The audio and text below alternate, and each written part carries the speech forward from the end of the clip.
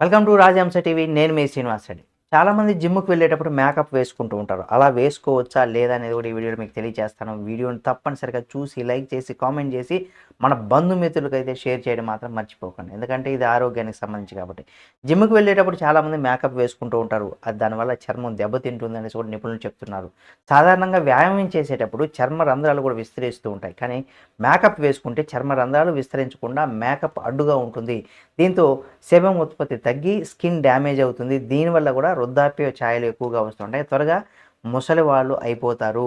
అలాగే skin irritation అంటూ కూడా అంటే చర్మ సమస్యలు కూడా వస్తాయని కూడా చెప్తున్నారు. వ్యాయామం చేసేటప్పుడు మేకప్ వేసుకోకపోవడం వల్ల చర్మం సహజంగానే మెరుస్తూ ఉంటుందని కూడా చెప్తున్నారు. కాబట్టి తప్పనిసరిగా ఒకవేళ మీరు ఎవరైతే జిమ్‌కి వెళ్తున్నారో 100% మేకప్ వేసుకోకుండా వెళ్ళండి.